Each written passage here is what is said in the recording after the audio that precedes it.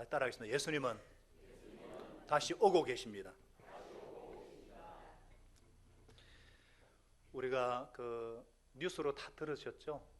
최악의 산불이 덮친 호주에 대해서 약 넉 달 동안이나 이어진 화마로 인해 가지고 우리나라 면적 크기가 전부 불에 탔어요.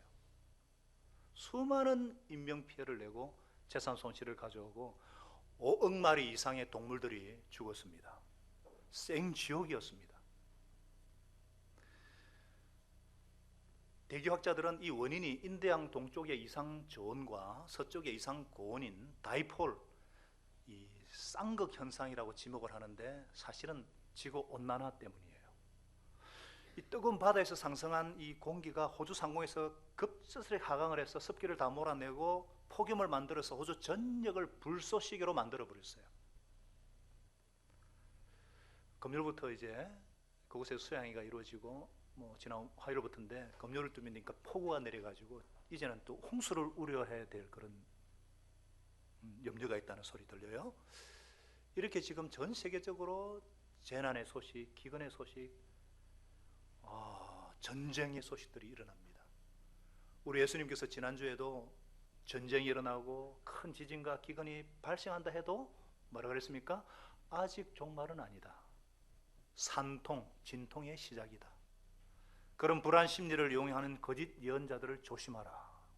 말세가 징조가 보일수록 천국 복음이 땅끝까지 전해져야 하고 그 후에야 종말이 올 것이다. 이렇게 말씀하셨죠. 세상은 천국 복음이 전파되는 거대한 물줄기를 향해서 예수님의 재림과 종말을 향해서 하나님의 시간표에 따라 움직이고 있기 때문입니다. 그렇기 때문에 인내하라. 신실하신 하나님을 믿어라. 이렇게 더 말씀하셨죠? 그래요, 안 그래요? 네. 자, 오늘 본문은 진짜 종말이 왔을 때 어떤 현상이 이 땅과 하늘에 있을 것인가, 그 말씀을 하고 계세요. 먼저 예수님은 이스라엘의 종말의 때 일어날 현상에 대해서 언급하십니다. 21절에 읽은 대로 그때는 큰 환란이 닥칠 것인데 그런 환란은 세상에 처음부터 이제까지 없었다는 거예요. 앞으로도 없을 전무후무한 사건이라는 거예요. 바로 서기 70년에 있었던 이스라엘의 멸망, 예루살렘의 성의 멸망을 말합니다. 65년도에 열혈왕들이 반기를 들고 이때부터 로마와 대대적인 전쟁이 시작됩니다. 그때 로마 군단이 성을 포기를 해서 굶겨 죽이려는 작전을 펼쳐요. 6개월 동안 완전히 차단시킵니다. 읽지 않았지만 우리 19절에 20절에 보면은요, 아이벤 자들, 그때 굶어 죽은 자들이 만여 명인데 예수님은 그날에 아이벤 자들이 정말 화가 있다 그랬는데 너무너무 배가 고파서 아기를 삶아 먹었다는 요세푸스의 기록이 있습니다. 정확한. 예수님은 40년 뒤에 일어날 일을 정확하게 예언하신 거예요. 성전은 철저히 파괴됩니다. 그때 포로로 노예로 잡혀간 건이 9만 명이고 10만여 명이 되고 이스라엘은 그때 초토화돼 가서 완전히 멸망당합니다. 1948년에 나라를 다시 세울 때까지 2000년 넘게 흩어지고 전에도 없었고 후에도 없는 사건이 일어났어요. 하나님의 아들을 십자가에 못 박고 무사할 수는 없죠. 자, 이런 일이 일어날 것을 어떻게 아는가? 40년 뒤에 일어날 일인데 예수님이 어떻게? 그래서 15절에 주님이 말씀하셔요. 이거는 구약의 선지자 예언자 다니엘이 예언한 건데 3번이나 예언했어요. 황폐하는 가증스러운 물건이 거룩한 곳, 바로 성전에 서 있는 것을 보거든 깨달으라, 이 말이에요. 성전에 부정한 물건이나 부정한 사건이 있을 것이다. 그래서 성경학자들은 이것이 안티오쿠스 에피파네스 4세가 성전에, 예루살렘 성전에 주피터, 제우스 신상을 세우고 돼지를 잡아서 돼지 머리를 제사에 올려놓음으로 하나님의 제단을 드립한 것이다, 이렇게 보는 사람도 있고, 저는 개인적으로 다른 문헌을 보니까 이 전쟁이 한창 진행되는데 내분이 일어났어요. 그 안에 독립투사들끼리 싸웁니다. 화친이다, 아니다, 끝까지 한다, 이렇게 싸워가지고 성전 안에서 서로 죽고 죽임으로 8천여 명이 살육전을 벌인 아비규환이 일어나요. 이것이 아닌가? 어쨌거나 그 당시 사람들은 이게 뭔지 알았을 거예요. 왜냐하면 서기 70년, 그러니까 멸망하기 2년 전에 대부분의 크리스찬들은 이 예수님의 경고에 귀를 기울이고 전부 다 예루살렘을 탈출해서 목숨을 건졌습니다. 나머지는 다 몰살당했어요. 이 예루살렘 성전은 결코 멸망할 수 없는데 이 멸망이 있을 수 없는 일에 그대로 일어났다는 거예요. 예루살렘 성전의 멸망은 인류 종말의 멸망이거든요. 인류 종말도 그럴 거라는 거예요. 그래서 예수님께서 33년에 십자가에 죽고 승천하셨는데 그 이후에 한 40여 년 뒤에 일어날 일을 어떻게 알았는가? 여기서 우리가 기억되어야 될 것이 있습니다. 예수님의 말씀은 그대로 이루어진다. 다 같이요. 예수님의 말씀은 이루어진다. 예수님이 그렇게 된다면 그렇게 된다는 것입니다. 할렐루야. 이것을 심각하게 받아들이고 도망가라 그대로 순종한 사람들은 재앙을 면했어요. 그래서 우리도 종말을 앞두고 예수님 하신 말씀을 심각하게 받아들여야 됩니다. 예수님이 하라고 하면 해야 돼요. 예수님이 하라고 하면 어디에 좋습니까? 신상에 좋아요. 따라하겠습니다. 신상이 좋다.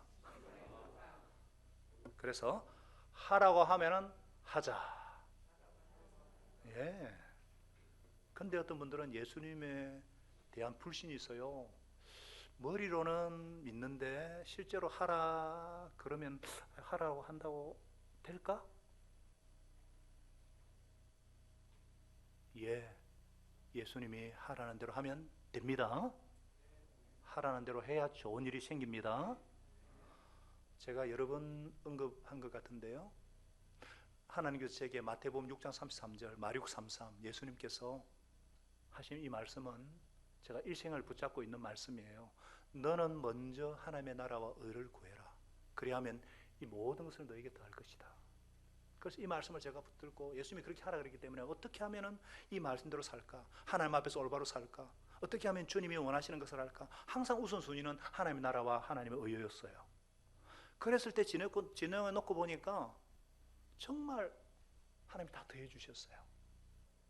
뭐 생활 때문에 별로 아내나 뭐 애들은 고생했지만 별로 하여튼 어려움이 없는 것 같았어요. 물론 힘들었죠. 굶기도 하고. 근데요, 지난 금요일 어제 아래입니다. 우리 바울 목장 싱글들을 집에 초청해서 목장을 하는데 아내가 그런 고백을 해요. 싱글들 앞에서. 돈도 없이 결혼하고 집도 단칸방으로 시작했지만 또 5번 이사를 했고, 저는 그때 대학원 다니다가 또 미국 갔다 오다가 여기로 오세요 그러면 아 예 했는데 집이 다른 데 가 있어요. 그러면서 지내온 길을 하나님이 다 더해 주시다는 거예요. 20대는 치열하게 살았고 30대는 더 치열하게 살았고 또 40대, 지금 50대가 제일 행복하다 그래요. 그러니까 싱글들이 청년들이 듣고 감동을 받아요. 아내가 그랬어요. 제가 그런 게 아니고. 그러니까 먼저 그의 나라 의를 구하니까 하나님 다 더해 주셨다는 거예요. 주님이 하라고 하면 그대로 하니까 그렇게. 할렐루야. 우리 목자 목렬이 평시도 세미나 하면 간증을 많이 해요. 또 제가 간증을 많이 듣잖아요. 어떤 목련은 정확하게 50배 하나님의 복을 주셨다는 거예요. 주님의 말씀에 그대로 순종했으니까. 뭐 이런 간증은 하도 많이 들어서 핵심은 뭐냐? 예수님의 말씀은 그대로 이루어집니다. 하나님이 그렇게 된다고 하면 되는 거예요. 그래서 철저하게 멸망할 것이다. 도망가라. 그대로 했을 때 살았습니다.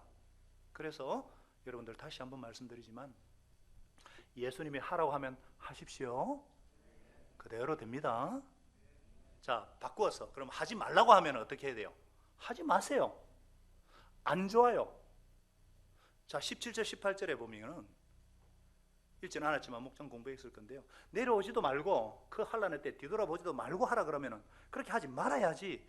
내려간 자들, 물건 가지러 간 자들, 가구가 뜯는지 거독 가지러 간 자들, 오늘날 치면 지갑 가지러 간 자들, 카드 가지러 간 자들 다 죽었다는 거예요. 돌아선 자는. 하지 말하면 안 하는 게 좋아요. 다 누구를 위해서 하는 말입니까? 우리를 위해서 하는 말이에요. 주님의 말씀은 다 우리를 위해서. 그래서 우리 주변에 우리 예수님께서 하지 말라고 하는 것은 하지 않고, 그래서 자신과 주위의 행복을 퍼뜨리는 분들이 아주 많습니다. 또 목자님 말씀을 잘 들어서 형통케 된 분들이 아주 많습니다. 목자님 말씀 잘 들으세요. 부탁드립니다. 잘 들으세요. 다 여러분들 잘 되라고 하는 겁니다. 그 근거가 어디 있는가? 자, 히브리서 13장 17절 한번 읽어볼까요? 같이. 화면에 나오네요. 같이 읽어볼게요. 시작. 여러분의 지도자들의 말을 고지 듣고 그들에게 복종하십시오. 그들은 여러분들의 영혼을 지키는 사람들이에요. 이 일을 장차 하나님께 보고 드릴 사람들입니다. 그러므로 여러분은 그들이 기쁜 마음으로 이 일을 하게 하고 탄식하면서 하지 않게 해주십시오. 그들이 탄식하면서 일하는 것은 여러분에게 유익이 되지 못합니다. 하나님이 세우신 목자, 목녀의 말도 잘 들어야 되지만 우리의 목자장 되신 예수님의 말씀 잘 들으셔야 돼요. 성적 순결을 지키라 그러면 그대로 지키셔야 돼요. 술 취하지 마라 그러면 술 취하지 말아야 되는 거예요. 오직 성령의 충만을 받으라 그러면 받으셔야 되는 거예요. 할렐루야.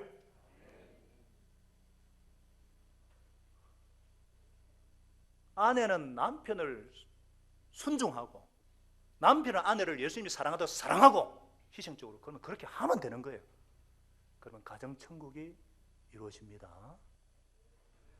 그래서 하라는 것은 하고 하지 말라는 것은 안 해서 하나님이 원하시는 복된 삶을 사시는 여러분과 제가 되시기 바랍니다. 또 오늘 말씀을 통해서 하나님이 우리에게 주시는 메시지가 뭐냐? 택하신 자기 백성을 향한 하나님의 사랑을 알 수 있다는 거예요. 하나님은 자기 백성을 돌보십니다. 다 같이요. 하나님은 자기 백성을 돌보신다. 이게 무슨 말인가? 자, 이 환난의 때에 예수님이 경고를 하시잖아요. 이 경고 자체가 뭐냐? 택한 자녀들에 대한 사랑의 표현, 지극한 사랑의 표현이라는 거예요. 22절에 그렇게 말씀하잖아요. 그 환난의 날을 줄여주지 않으셨다면 구원 얻을 사람이 하나도 없을 것이다. 그러나 선택받은 사람들 때문에 그들을 위해서 하나님께서 그 환난의 날들을 줄여주실 것이다. 왜 환난을 줄여주시는가? 택한 백성 때문에, 자기 백성 때문에. 안 그랬으면 예루살렘 그때 멸망은 정말 무서웠을 거예요. 이것은 세상의 종말을 예표한다 그랬습니다. 여러분, 인류 역사의 종말이 다가오면서 환난이 가중될 거예요. 지진의 소식은 더 많이 일어날 겁니다. 기근의 소식은 점점 강도가 높아질 거예요. 그래서 나라마다 전쟁, 무역 전쟁, 치열한 전쟁들이 날 거예요. 앞으로. 그렇게 되면은 하나님의 백성들도 너무 힘들잖아요. 살 수가 없잖아요. 그래서 자기 백성들을 위해서 환난의 광도를 줄여주신다는 거예요. 이 배려와 사랑입니다. 사람들이 몰라서 그렇지. 세상 사람이 몰라서 그렇지요. 하나님의 백성 때문에 내려야 될 재앙이 안 내리기도 하고 환난이 줄여드는 거예요. 제가 이번에 신약 성경을 다 통독하면서 그걸 정확하게 깨달았어요. 사도행전을 다시 읽어보니까 사도행전 27장, 28장의 마지막 바울이 이제 로마도 보아야 하리라 쇠사슬에 묶인 채로 로마에 가는데 이 배가 제수들을 태우면 되잖아요. 276명이나 타고 있어요. 로마로 압송돼요. 근데 갑자기 큰 유라굴라 광풍이 일어나서 전부 다 몰살당할 위기예요. 이런 강풍도 없어요. 근데 사도행전 27장 24절에 보니까 이 성령께서 바울아, 예수의 영이 성령님께서 두려워하지 말아라. 너는 반드시 황제 앞에 서야 된다. 봐라, 하나님께서 너와 함께 타고 가는 모든 사람들의 안전을 너에게 맡겨주셨다는 거예요. 하나도 안 죽었습니다. 바울 덕분에, 바울 때문에 그 배를 살리신 거예요. 할렐루야.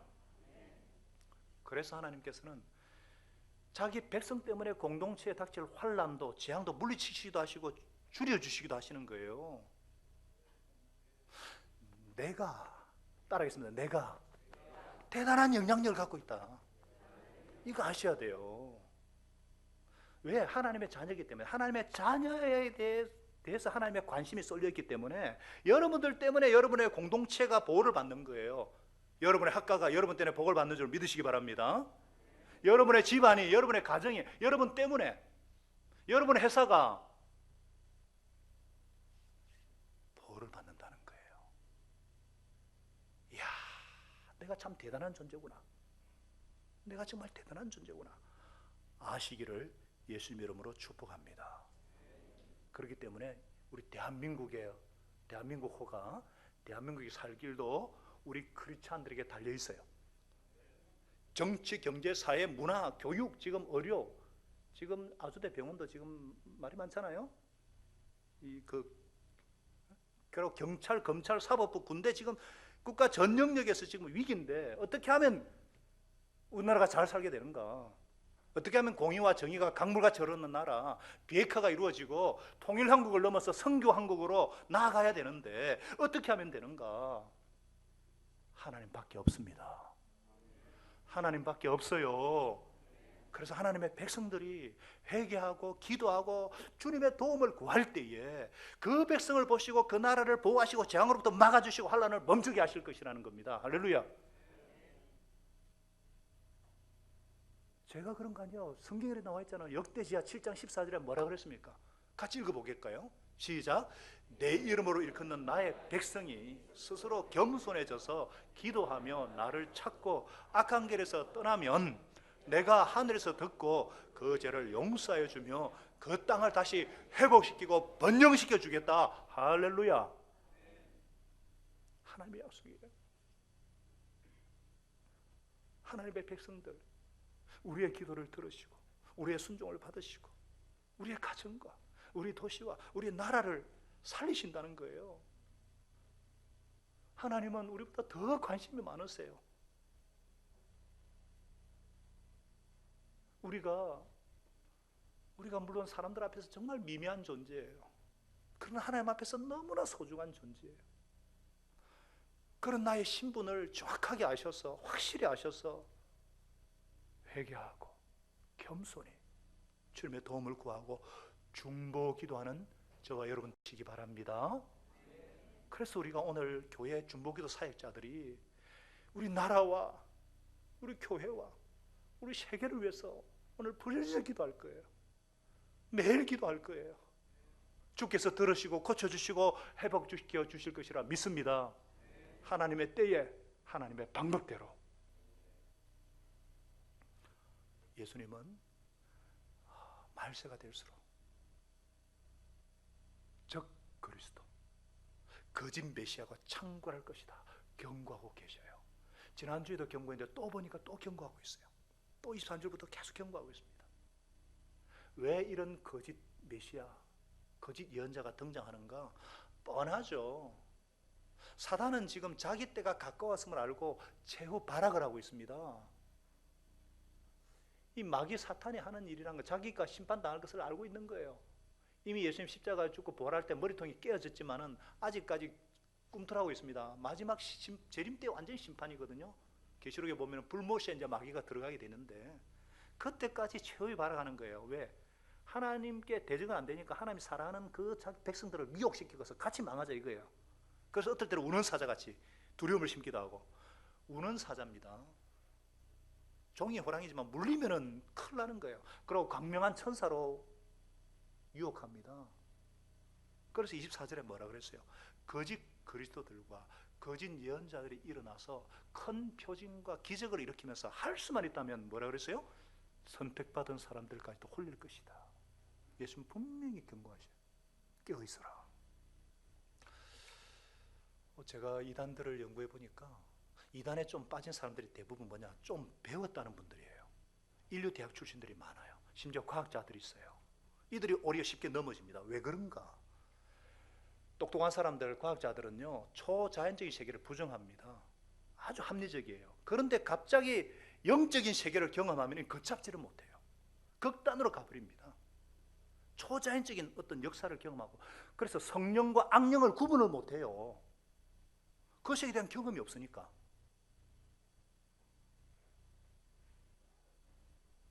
그 소위 똑똑한 사람들이 싹 넘어갑니다. 여러분들 조심하셔야 돼요. 어떻게 그러면 성령과 악령을 분별할 수 있는가? 예수님의 열매를 보고 알 수 있다고 그랬어요. 자신의 약점과 죄를 인정하는가 아니하는가 보면 돼요. 그 사람이 회개하는 삶을 사는 거 아닌가 보면 돼요. 약점과 자기 죄를 솔직하게 인정하고 노출시켜 회개하고 극복하려는 걸 보면은 성령의 역사예요. 성령이 가장 기뻐하는 게 회개와 용서거든요. 근데 이단들은 회개 안 합니다. 항상 교회를 까고 매도합니다. 그리고 자기만 구원을 안다. 이런 자들을 경계하셔야 돼요. 그래서 26절에 뭐라고 했어요? 자기들만이 그리스도가 광야에 있다, 저기 있다, 그리고 언제 올지 안다, 이 말이에요. 아주 신비한 비밀을 깨달았다면서 성경을 인용하고 뭐 비유풀이를 하면서 혼돈하고. 여러분, 성령님이 하시는 일, 성령님의 역사는요, 인간의 언어로 설명이 안 됩니다. 어떤 때는 강하게, 어떤 때는 비둘기같이, 어떤 때는 바람같이, 어떤 때는 불같이. 그런데 이단들은 설명을 참 잘해요. 자기들만이 비밀을 알고 있다 그러면서 나머지는 모른다고 싸매서 매도하고 구원이 없다니 그러면서 우리 집단에만 와야 된다. 우리 집단에만 들어와야지 구원 받는다. 그래서 밖에서 무슨 뭐 성경 공부, 우리 교회 상공문화 열심히 들으시기 바랍니다. 이상한 사람 만난 것,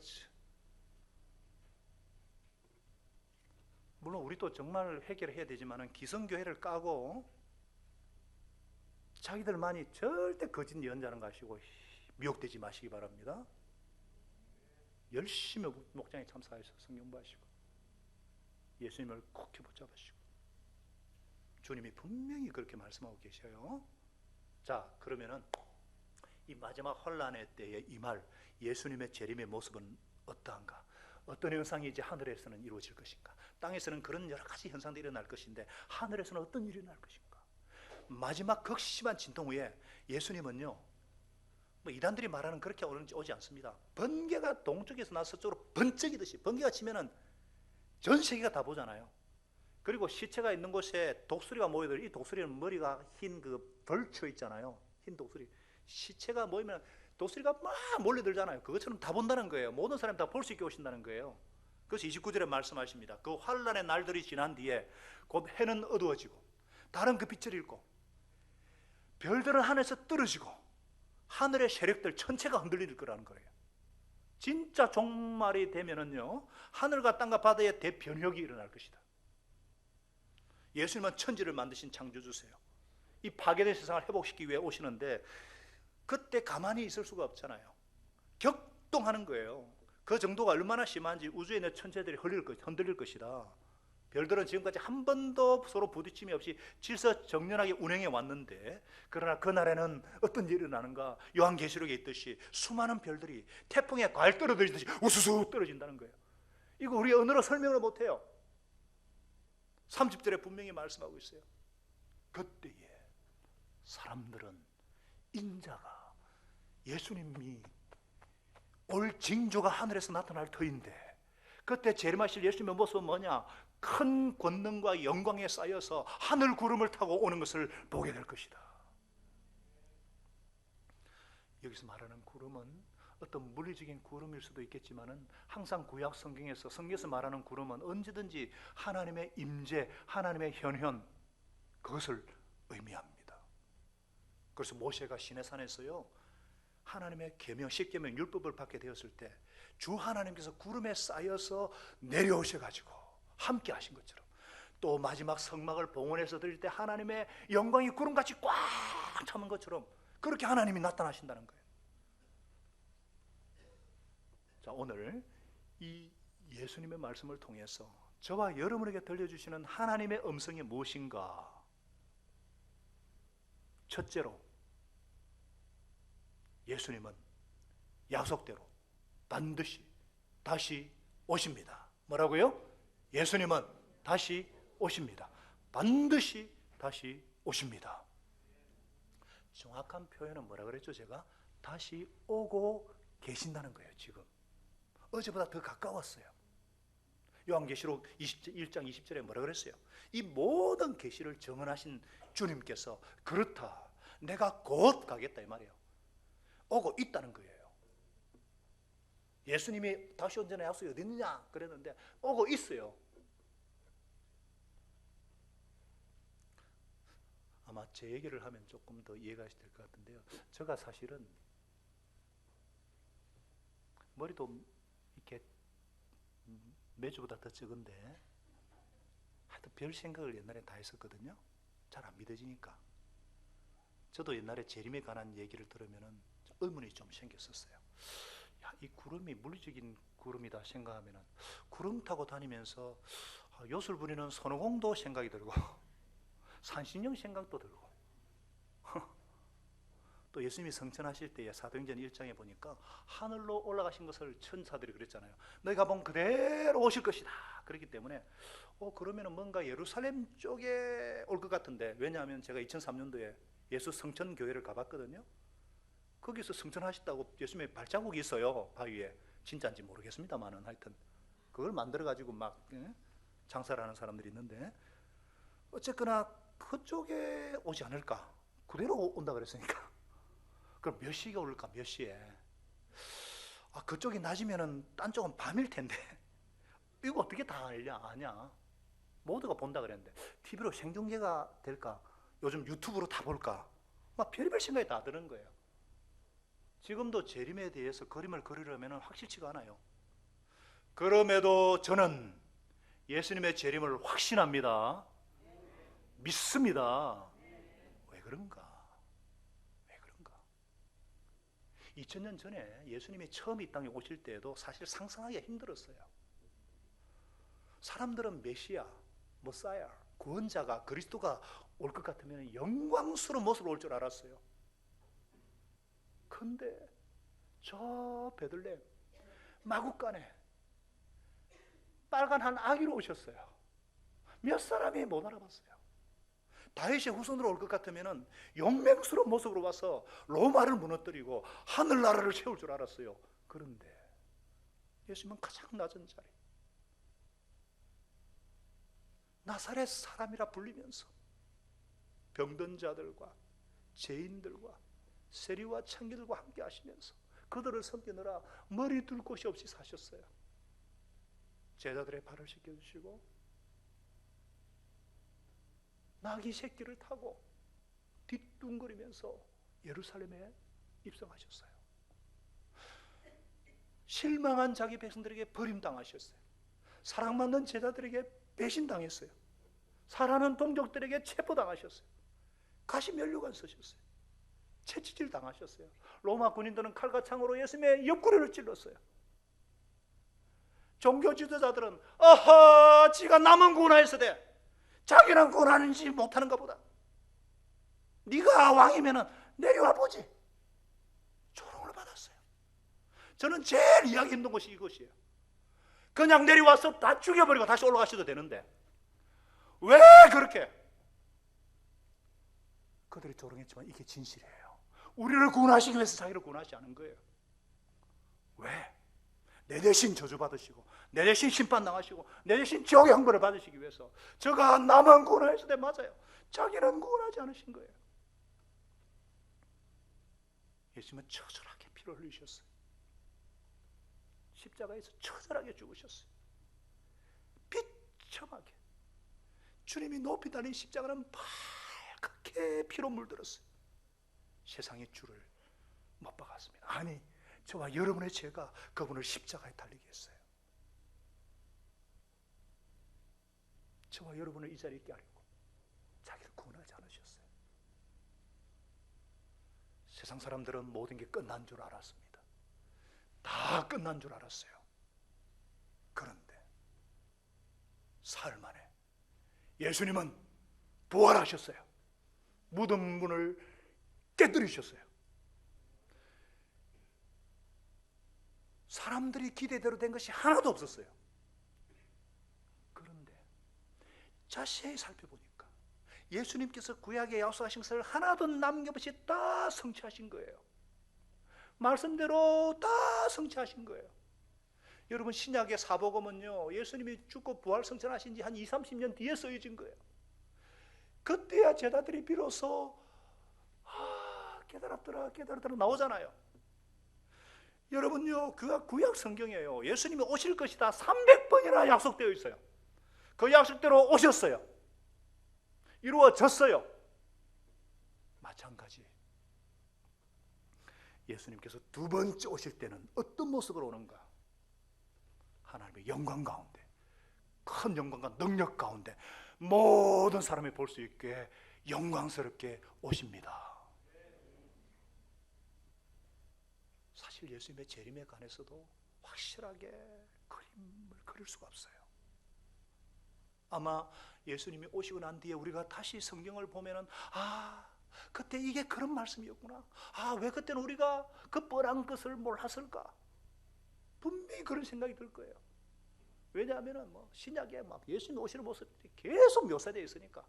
데살로니가전서, 서신서, 요한계시록, 우리가 다 그림을 못 그리지만 그런 생각이 들 거예요. 사랑하는 여러분, 예수님은 오신다는 약속대로 오셨고 다시 오신다는 약속대로 반드시 오실 것입니다. 다시 오신다는 약속은요 318번이나 기록되어 있어요. 더 많이 기록되어 있어요. 심지어 구약에 그래서 이사야 선지자는 이사야 4장 8절에 뭐라 그랬냐? 천지는 없어지겠으나 푸른 마르고 꽃은 들이되 하나님의 말씀은 영원히 서 있다. 셋의 무궁토로 베드로사로도 그래서 모든 육체는 풀과 같고 그 모든 영광 푸른 꽃과 같다. 푸른 마르고 꽃은 떨어지되 주님의 말씀은 세세토록 영원히. 할렐루야.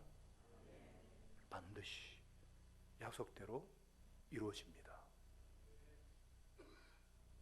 예수님이 다시 오실 때는 어떻게 오시는가? 수많은 천군 천사들을 대동하시고 그때는 유대 지파의 사자로 만왕의 왕 만주의 주로 다시 오셔요.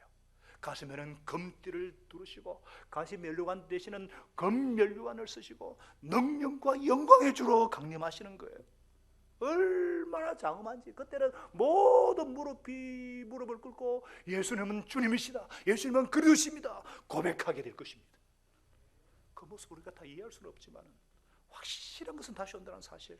첫 번째는 예수님이 구세주로 오시면 두 번째는 심판주로 오십니다. 뭐라고요? 심판주로 오시는 거예요.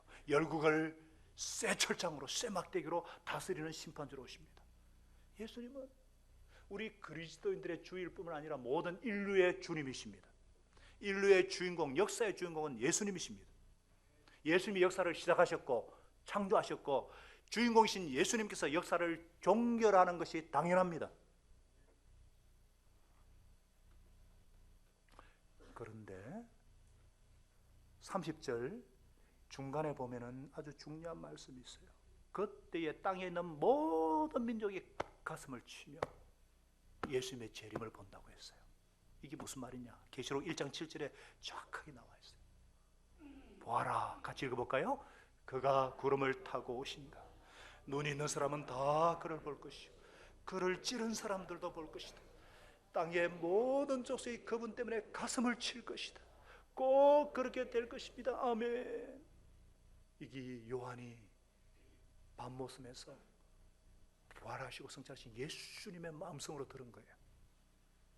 자, 이들은 누구냐? 이들은 이 땅에서 복음을 듣고도 교만과 불신으로 대적하던 자들, 예수님을 십자가에 못 박은 원수들, 그렇게 복음을 믿으라고 했는데 내가 예수를 믿는 내 엉덩이를 믿겠다, 내 주먹 믿겠다. 나중에 영광의 주님을 오실 때는 통곡한다는 거예요. 통곡을 대승통곡한다는 거예요. 그러나 그때는 이미 늦었어요. 이들에게 무슨 형벌뿐이라는 거예요. 여러분, 고린도서 5장 10절은 이렇게 말씀하고 있어요. 우리는 모두 그리스도의 심판대 앞에 나타나야 된다는 거예요. 그래서 각 사람은 선한 일이든지 악한 일이든지 그 몸으로 행한 모든 일에 따라서 마땅한 보응, 심판을 받아야 된다는 거예요. 이 말씀은 뭐냐? 무슨 말이냐? 여러분요, 예수님께서는 자기를 거부한 사람을 그냥 지옥으로 딱 보내시는 그런 분이 아니에요. 하나님은 공정하신 분이고 예수님은 공정하신 분이고 사랑과 긍휼이 풍성하신 분이에요. 반드시 행한 대로 심판하시는 거예요. 그러니까 그때는 지옥에 가는 그분들도 나는 억울하다 절대로 그렇게 말 못한 겁니다. 왜? 그렇게 인정하고 그렇게 긍휼로 상한 마음으로 기다리고 또 기다렸는데 예수님을 믿기만 하면 구주여 주님으로 영접하기만 하면 되는데 배척하고 푸대접했으니까 예수님을 맞아들이는 게 영접이고 부대접이에요. 거부한 거예요. 세상에 두 종류밖에 없어요. 예수님 영접하든지 배척하든지 맞아들이든지 거부하든지. 그래서 지옥은 뭐냐? 본인의 선택으로 가는 거예요.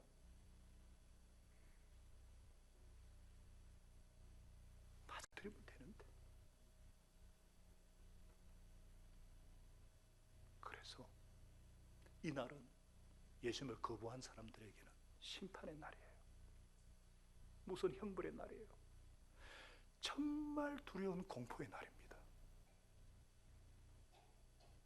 그 공포가 너무너무 두려워서 계시록에 보면 산들아 나를 덮으라, 무너져라.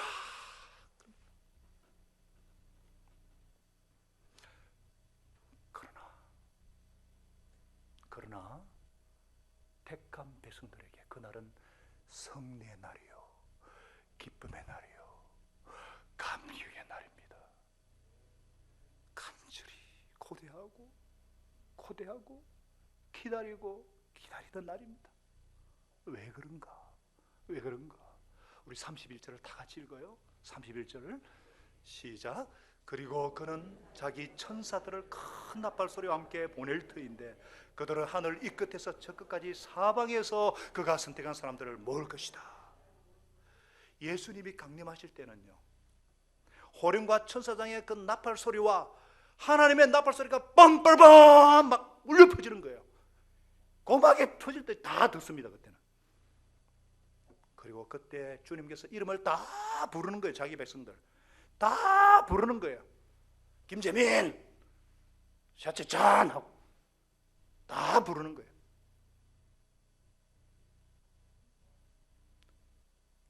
그때에 한 번도 빠짐없이 다 하나님의 잔치에 참여하시기를 간절히 소원합니다. 저는요, 그래서 새벽마다 아직 목장에는 한두 번 나오지만 아직 교회는 나오는데 아직 예수님 영접하지 않은 우리 70여 명의 우리 VIP들, 또 그들의 배우자, 또 아직 예수님을 영접하지 않은 가족들, 그분들을 위해서, 또 예배에 오랫동안 결석하는 분들, 그분들 이름을 부르면서 그렇게 기도를 하고 있어요. 목자 목녀도 기도하지만 저도 기도하고 있어요. 왜? 주님께서 오실 때 한 번도 빠짐없이 낙오되는 분이 없이 다 구원잔치에 참여해야 되니까. 언제 올지 몰라요. 내릴지도 몰라요. 그래서 다 참여하시기를 간절히 부탁드립니다.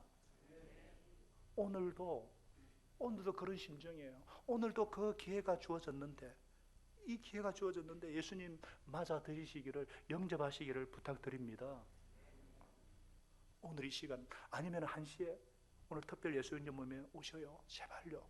들어오셔서, 그래도 오기 힘드시면 제가 갈게요. 찾아갈게요. 우리 명절만 다가오면 그렇잖아요. 진짜 효도가 뭐겠어요? 하늘나라 백성이 되어야죠. 가족들이 다 구원받아야 되죠. 주 예수를 믿으라 그러면 너와 내 집이 구원 얻을 것이라 분명히 약속했는데 그래야 되잖아요. 사랑하는 여러분, 이 주님의 재림은 반드시 일어납니다. 이미 구원받은 하나님의 백성들이요, 또 완전한 구원을 기다리는 백성들에게 이것이 성취되는 날이기 때문에 얼마나 기쁘겠어요.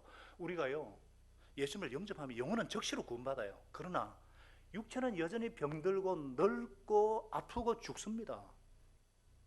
영혼뿐 아니라 육체가 구원받는 그 날이 바로 예수님이 오는 그 날이기 때문에 우리 악한 습관과 과거에 받은 상처와 재론에 찌들린 이 육신의 옷을 확 벗어버리고 정말 주님께서 예배하신 영광스러운 그런 몸, 이 영광스러운 이 부활의 몸을 입는 날이 그 날이기 때문에, 그래서 몸에 있는 모든 약함과 모든 질병과 그것이 깨끗이 사라지는 완전한 구원이 이루어지는 영광의 날이기 때문에 우리가 기대하는 날이요, 우리가 소망의 날인 거예요. 그래서 우리가 어둠의 옷을 벗어버리고 예수로 옷 입자는 말이 그 말이에요.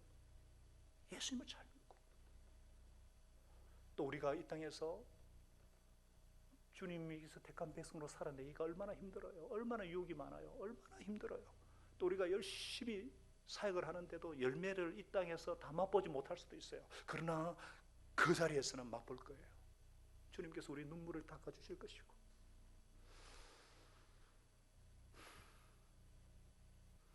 우리의 노고를 다 기억하실 것이고, 하늘 상급으로 갚아주실 것입니다. 그리고 하나님 나라에서 영원토록 주님과 함께 왕 노릇 하실 것입니다.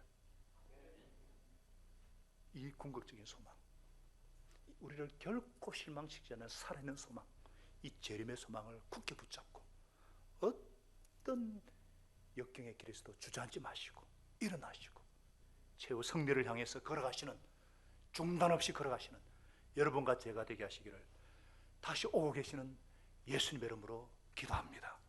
이제 다시 오고 계시는 주님의 이름, 권세와 능력을 믿고 평안한 마음으로 삶의 현장으로 돌아가십시다. 우리 주님처럼 선한 일의 용기를 가지시고 악을 악으로 갚지 마시고 항상 연약한 자를 도우시고 병든 자를 찾아보시고 곤란당하는 이웃을 위로하십시다. 모든 사람을 존경하시며 주님께 봉사하고 주님을 더 사랑하십시다. 이 사랑으로 모든 일을 믿음과 사랑으로 행하며 어떤 일에도 소망을 포기하지 마십시다. 그리고 거룩하신 성령님께 순종하여 기쁨과 감사의 생활을 해 나가십시다. 우리 하나님 아버지는, 우리 구주 예수님은, 우리 좋으신 성령님은 저와 여러분을 항상 도와주실 것입니다. 이제는 약속대로 나를 위해 오셨고 죽으셨고 우리를 구원하시기 위해 자기를 구원하지 않으시고 대신 죽으시고 부활하시고 성전하시고 지금도 오고 계시는 만왕의 왕 주의 주 예수 그리스도의 은혜와 아버지 하나님의 망극하신 사랑하심과 성령님의 위로 교통 충만케 하시는 은혜가 이 재림의 소망을 붙들고 견고하며 흔들리지 않으며 주일에 더욱 힘쓰는 백성이 되기를 소원하는 당신의 사랑하는 백성들 머리 위에와 저들의 가정과 생업의 현장과 사역 위에, 그 자녀들 위에, 우리 선교사들 위에 항상 함께 없이기를 간절히 축원하옵나이다. 아멘.